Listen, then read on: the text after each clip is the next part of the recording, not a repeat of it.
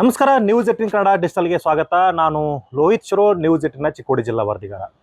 ಬರೋಬ್ಬರಿ 69 ವರ್ಷಗಳ ಬಳಿಕ PWD ಇಲಾಖೆ ಎಚ್ಚೆತ್ತುಕೊಂಡಿದೆ. 69 ವರ್ಷಗಳ ಹಿಂದೆ ಭೂ ಸ್ವಾಧೀನ ಮಾಡಿಕೊಂಡಿರ್ತಕ್ಕಂಥ ಜಮೀನನ್ನು ಈಗ ವಾಪಸ್ ಪಡೆಯೋದಕ್ಕೆ ಹೊರಟಿರ್ತಕ್ಕಂಥದ್ದು. ಸೊ ಎಲ್ಲಿ ಈ ವಿಚಿತ್ರ ಘಟನೆ ಏನಾಗಿದೆ, ಅಲ್ಲಿ ನಡೀತಾ ಇರೋದೇನು, ಅಲ್ಲಿ ಏನೇನೆಲ್ಲ ನಡೆದಿದೆ ಅನ್ನೋದ್ರ ಕುರಿತು ಈ ಒಂದು ಡಿಜಿಟಲ್ ಕಂಟೆಂಟಲ್ಲಿ ನೋಡ್ತಾ ಹೋಗೋಣ. ಅದಕ್ಕೂ ಮುಂಚೆ ನೀವು ನಮ್ಮ ಚಾನಲ್ಗೆ ಮೊದಲನೇ ಬಾರಿ ಭೇಟಿಯನ್ನು ಕೊಡ್ತಾ ಇದ್ರೆ ನಮ್ಮ ನ್ಯೂಸ್ 18 ಕನ್ನಡ ಚಾನಲ್ಗೆ ಸಬ್ಸ್ಕ್ರೈಬ್ ಆಗಿ, ಹಾಗೆ ಈ ಒಂದು ವಿಡಿಯೋನ ಲೈಕ್ ಮತ್ತು ಶೇರ್ ಮಾಡಿ. ಇತ್ತೀಚೆಗೆ PWD ಇಲಾಖೆ ಸಾಕಷ್ಟು ಏನಂತಂದರೆ ಚುರುಕುಗೊಂಡಿರ್ತಕ್ಕಂಥದ್ದು. ಅದು ಯಾವ PWD ಇಲಾಖೆ ಅಂತಂದರೆ ಬೆಳಗಾವಿ ಜಿಲ್ಲೆಯ ಚಿಕ್ಕೋಡಿ ಉಪವಿಭಾಗದಲ್ಲಿ ಬರ್ತಕ್ಕಂಥ ರಾಯಬಾಗ್ ತಾಲೂಕಿನ PWD ಇಲಾಖೆ ಅಧಿಕಾರಿಗಳು ಬರೋಬ್ಬರಿ 69 ವರ್ಷಗಳ ಬಳಿಕ ಎಚ್ಚೆತ್ತುಕೊಂಡು ಒಂದು ಜಾಗವನ್ನು ಗುರುತಿಸಿ, ಈ ಜಾಗ ನಮ್ಮದು, ಇದನ್ನು ಖಾಲಿ ಮಾಡಿ ಅಂತ ಈಗ ರೈತರನ್ನ ಒಕ್ಕಲೆಬ್ಬಿಸುವಂಥ ಕೆಲಸಕ್ಕೆ ಮುಂದಾಗಿರ್ತಕ್ಕಂಥದ್ದು. ಎಲ್ಲಿ ಅಂತ ನೋಡೋದಾದರೆ ಬೆಳಗಾವಿ ಜಿಲ್ಲೆಯ ರಾಯಬಾಗ್ ತಾಲೂಕಿನ ಪಾಲ್ಮಾವಿ ಗ್ರಾಮದಲ್ಲಿ ಸರ್ವೆ ನಂಬರ್ 221, ಸರ್ವೆ ನಂಬರ್ 225ರಲ್ಲಿ ಬರೋಬ್ಬರಿ 7 ಎಕರೆ 28 ಗುಂಟೆ ಜಾಗ ಈಗ ಸಾಕಷ್ಟು ವಿವಾದಕ್ಕೆ ಕಾರಣ ಆಗಿರ್ತಕ್ಕಂಥದ್ದು. ಅದಕ್ಕೆ ಪ್ರಮುಖ ಕಾರಣ PWD ಇಲಾಖೆ ಮಾಡ್ತಾ ಇರುವಂಥ ಒಂದು ಕಾರ್ಯಾಚರಣೆ. 1957ರಲ್ಲಿ ಹಿಡ್ಕಲ್ ಜಲಾಶಯದಿಂದ ಬಾಗಲಕೋಟೆ ಜಿಲ್ಲೆವರೆಗೂ ಕೂಡ ಒಂದು ಕೆನಾಲನ್ನು ನಿರ್ಮಾಣ ಮಾಡ್ತಾರೆ. ಆ ಕೆನಾಲ್ ನಿರ್ಮಾಣ ಮಾಡುವಂಥ ಸಂದರ್ಭದಲ್ಲಿ ಏನು ಕಲ್ಲು, ಮಣ್ಣು, ಇಟ್ಟಿಗೆ ಅದೆಲ್ಲವನ್ನು ಸ್ಟೋರ್ ಮಾಡೋದಕ್ಕೋಸ್ಕರ 1957ರಲ್ಲಿ 7 ಎಕರೆ 28 ಗುಂಟೆ ಜಮೀನನ್ನು ನಾವು ಭೂ ಸ್ವಾಧೀನ ಮಾಡ್ಕೊಂಡಿದ್ದೀವಿ ಅನ್ನುವಂಥ ಮಾತನ್ನು ಇವತ್ತು PWD ಇಲಾಖೆ ಹೇಳ್ತಾ ಇದೆ. ಆದರೆ ವಿಪರ್ಯಾಸ ಅಂತಂದರೆ 1957ರಿಂದ 2026 ಈಗ ಬರೋಬ್ಬರಿ 69 ವರ್ಷ ಆಯಿತು.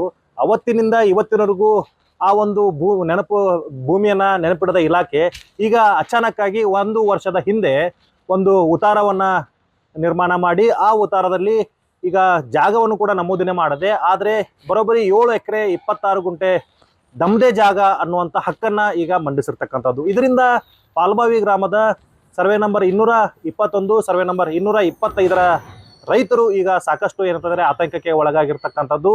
ಈಗಾಗಲೇ ಏನಂತಂದರೆ ಆ ರೈತರು ಕೂಡ ಸಾಕಷ್ಟು ಆಕ್ರೋಶಗೊಂಡಿರ್ತಕ್ಕಂಥದ್ದು. ಯಾಕೆ ಅಂತಂದರೆ 1957ರಲ್ಲಿ ನೀವು ಆ ಜಮೀನನ್ನು ಏನಂತಂದರೆ ಭೂ ಸ್ವಾಧೀನ ಮಾಡ್ಕೊಂಡಿದ್ದೀನಿ ಅಂತ ಹೇಳ್ತೀರಿ.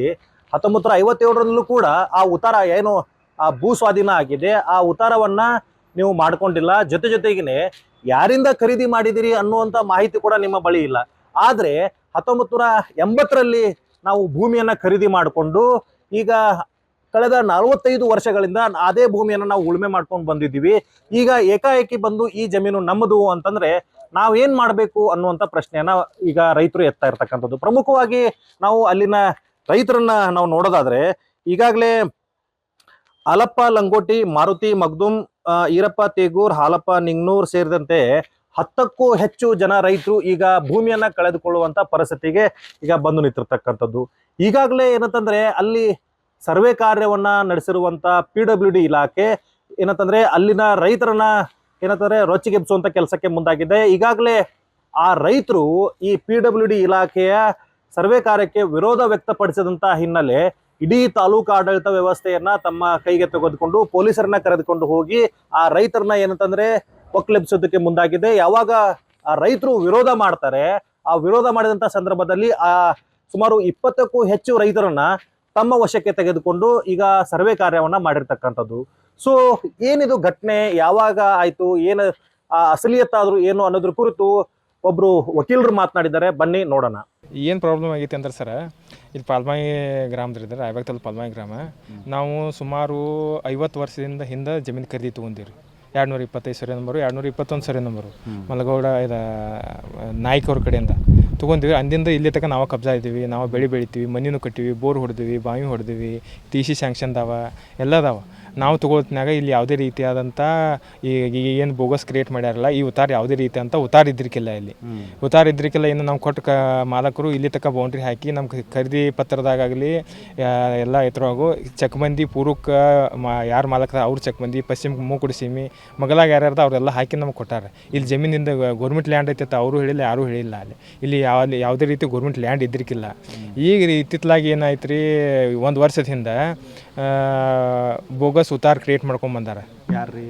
ಯಾರೀ PWD ಇಲಾಖೆದವ್ರು ಬೋಗಸ್ ಉತ್ತಾರ ಕ್ರಿಯೇಟ್ ಮಾಡ್ಕೊಂಡು ಬಂದು ನಮ್ದು ಇಲ್ಲಿ ಜಮೀನು ಬರ್ತೈತಿ, ನಮ್ಮ ಜಮೀನು ಐತಿ 7 ಎಕರೆ 28 ಗುಂಟೆ ನಮ್ಮ ಜಮೀನು ಐತಿ, ಮತ್ತು ಅದು ನಮ್ದು ಬಿಡ್ರಿ ಮಾಡಿರಿ ಅಂತ ತಕರಾರು ಮಾಡಕತ್ತಾರ ಅವ್ರು. ಆಯ್ತು ಸರ, ನಿಮ್ಮದು 50 ವರ್ಷ ಆಯ್ತು ನಾವು ಜಮೀನು ತೊಗೊಂಡು ಇಲ್ಲಿ ಯಾವುದೇ ರೀತಿ ಉತ್ತಾರ ಇದ್ರಿಕಿಲ್ಲ, ಈಗ ಹೆಂಗೆ ಕ್ರಿಯೇಟ್ ಮಾಡ್ಕೊಂಡು ಬಂದ್ರಿ ಅಂತ ನಾವು ಕ್ವಶನ್ ಕೇಳಿದ್ವಿ. ನಾವು ಕ್ರಿಯೇಟ್ ಮಾಡಿದ ಬಗ್ಗೆ ನೀವು ಏನೋ ನಮ್ಗೆ ಕ್ವಶನ್ ಮಾಡಕ್ಕೆ ಹೋಗ್ಬೇಡ್ರಿ, ನಮ್ಮ ಜಮೀನು ಐತಿ ಇಲ್ಲಿ ತಂದ್ರಿ. ಅದ್ರ ಮ್ಯಾಗ ನಾವು ಏನು ಮಾಡಿದ್ವಿ, ಮಾನ್ಯ ಹಿರಿಯ ದಿವಾನ್ ನ್ಯಾಯಾಧೀಶರು ರಾಯಬಾಗ್ ಕೋರ್ಟ್ಗೆ ಹೋಗಿ ಕೇಸ್ ಹಾಕಿದ್ವಿ. ಹಾಕಿ ನಾವು ನ್ಯಾಯಾಲಯದ ಮುಂದೆ ಹೇಳಿದ್ವಿ ಸರ್, ನಾವು 50 ವರ್ಷದಿಂದ ಕಬ್ಜಾ ಆದ್ವಿ ಸಾಹೇಬ್ರ, ನಮ್ಗೆ ಹಿಂಗೆ ಪೊಸಿಷನ್ದಾಗ ಈ ರೀತಿ ಇದ್ದೀವಿ, ಈ ಚೆಕ್ ಮಂದಿ ನೋಡೋ ಪೊಸಿಷನ್ದಾಗ ನಾವು ಇದ್ದೀವಿ, ನಮ್ದು ಯಾವುದೇ ರೀತಿಯಲ್ಲಿ RTC ಇದ್ರಿಕಿಲ್ಲ, ಬೋಗಸ್ RTC ಕ್ರಿಯೇಟ್ ಮಾಡ್ಕೊಂಡ್ಬಂದು ಸರ್ಕಾರಿ ಅಧಿಕಾರಿಗಳು ಬಂದು ನಮ್ಗೆ ಜಮೀನು ಐತೆ ಅಂತ ಹೇಳಿ ನಮ್ಗೆ ತಕರಾರು ಮಾಡತ್ತಾರತಿ, ನಮ್ಮ ಪೊಸಿಷನ್ಗೆ ಹರ್ಕತ್ ಮಾಡಬಾರ ಸ್ಟೇ ಕೂಡ ತಂದಿವ್ರಿ.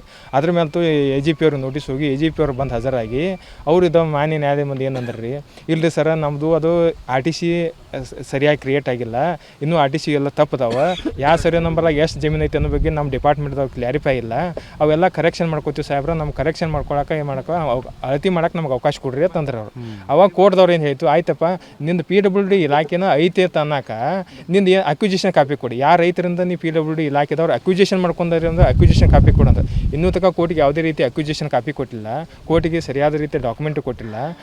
ಕೋರ್ಟ್ದವ್ರು ಏನಂದ್ರು, ಆಯ್ತಪ್ಪ ನಿಂದು ಐತಿ ಅಂತಿಲ್ಲ, ನೀ ಐತಂದ್ರೆ ನಿಂದ RTC ಕರೆಕ್ಷನ್ ಮಾಡ್ಕೋತಿಲ್ಲ, ಆಯ್ತಪ್ಪ ನೀವು ಮೆಜರ್ಮೆಂಟ್ ಮಾಡ್ಕೋಕ, ನೀ ಗಡಿ ಗುರ್ಸ್ಕೋಕ ಏನು ಅಭ್ಯಂತರ ಇಲ್ಲ, ನೀ ಗುರ್ಸ್ಕೋ, ಗಡಿ ಗುರ್ಸ್ಕೋ, ಇನ್ನು ಆ್ಯಸ್ ಪರ್ ರೂಲ್ ಗುರ್ಸ್ಕೊನಿ, ಯಾವುದೇ ರೀತಿ ಇದು ಮಾಡಲ್ಲ, ರೂಲ್ಸ್ ಪ್ರಕಾರ ನೀವು ಮಾಡ್ಕೊ ಅಂತ ಹೇಳ್ಯಾರ ಸರ್.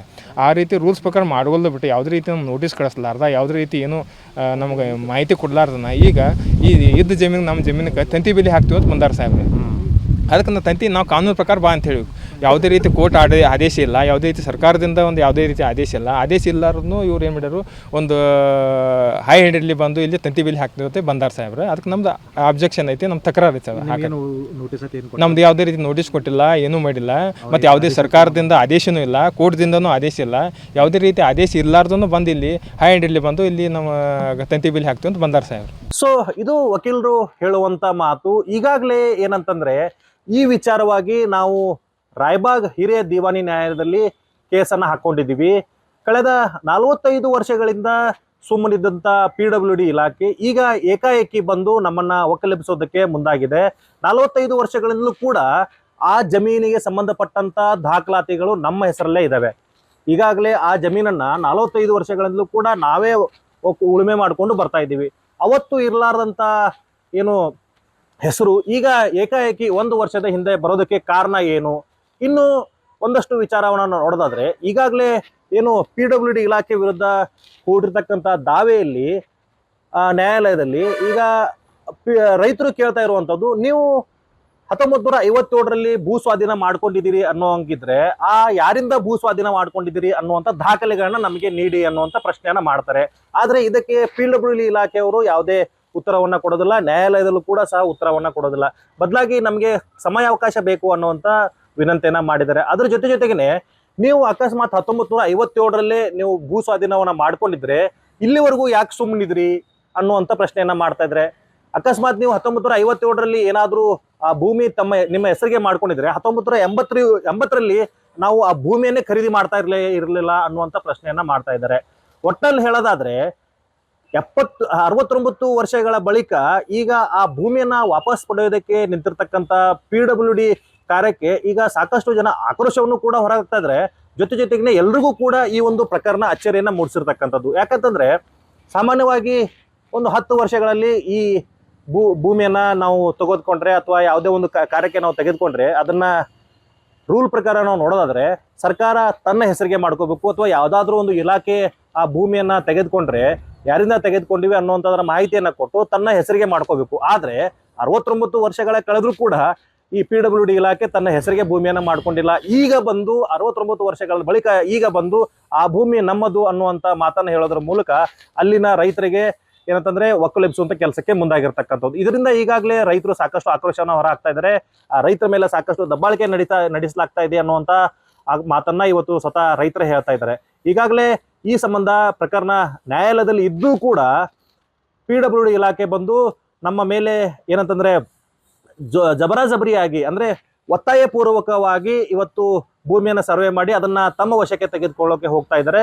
ಈ ಬಗ್ಗೆ ನಾವು ಹೋರಾಟ ಮಾಡ್ತೀವಿ ಅನ್ನುವಂಥ ಮಾತನ್ನ ಹೇಳ್ತಾ ಇದ್ದಾರೆ. ಒಟ್ಟಿನಲ್ಲಿ ಹೇಳೋದಾದ್ರೆ ಈ ಒಂದು ಪ್ರಕರಣ ಈಗ ಸಾಕಷ್ಟು ಕುತೂಹಲವನ್ನ ಮೂಡಿಸಿರ್ತಕ್ಕಂಥದ್ದು. ಯಾಕಂತಂದ್ರೆ 70 ವರ್ಷಗಳ ಬಳಿಕ ಭೂಮಿ ಆ ರೈತರಿಗೆ ಉಳಿಯತ್ತಾ ಅಥವಾ PWD ಇಲಾಖೆಗೆ ಹೋಗುತ್ತಾ, PWD ಇಲಾಖೆ ಸಮರ್ಪಕ ದಾಖಲೆಗಳನ್ನ ನೀಡುತ್ತಾ ಅನ್ನುವಂಥ ಕುತೂಹಲ ಈಗ ಸಾಕಷ್ಟು ಇರ್ತದ್ರೆ ಅಲ್ಲಿನ ಸಾರ್ವಜನಿಕರಿಗೆ ಮೂಡಿರ್ತಕ್ಕಂಥದ್ದು, ಆ ರೈತರಿಗೂ ಕೂಡ ಮೂಡಿರ್ತಕ್ಕಂಥದ್ದು. ಬರುವಂಥ ದಿನಮಾನಗಳಲ್ಲಿ ಈ ಒಂದು ಪ್ರಕರಣ ಯಾವ ಸ್ವರೂಪ ಪಡೆಯಲಿದೆ ಅನ್ನುವಂಥದ್ರ ಕುರಿತು ನಾವು ಮತ್ತೆ ಮಾಹಿತಿಯನ್ನು ಕೊಡ್ತೀವಿ. ಇದಾಗಿತ್ತು ಇವತ್ತಿನ ವಿಶೇಷ. ನೋಡ್ತಾ ಇರಿ ನ್ಯೂಸ್ 18. ನಿರ್ಭೀತ, ನಿಷ್ಪಕ್ಷಪಾತ, ವಿಶ್ವಾಸಾರ್ಹ ಸುದ್ದಿಗಳಿಗೆ ಮತ್ತೊಂದು ಹೆಸರಾಗಿರುವಂತ ನ್ಯೂಸ್ 18 ಕನ್ನಡ ಈಗ ಆಪ್ನಲ್ಲೂ ಲಭ್ಯವಿದೆ. ದಯವಿಟ್ಟು ಇಲ್ಲಿರುವ QR ಕೋಡ್ ಅನ್ನ ಸ್ಕ್ಯಾನ್ ಮಾಡಿಕೊಂಡು ಆಪ್ ಅನ್ನ ಡೌನ್ಲೋಡ್ ಮಾಡೋದಕ್ಕೆ ಮರಿಬೇಡಿ. ನಿಮ್ಮ ಬೆಂಬಲ ಹೀಗೆ ಸದಾ ನಮ್ಮೊಂದಿಗಿರಲಿ. ಧನ್ಯವಾದ.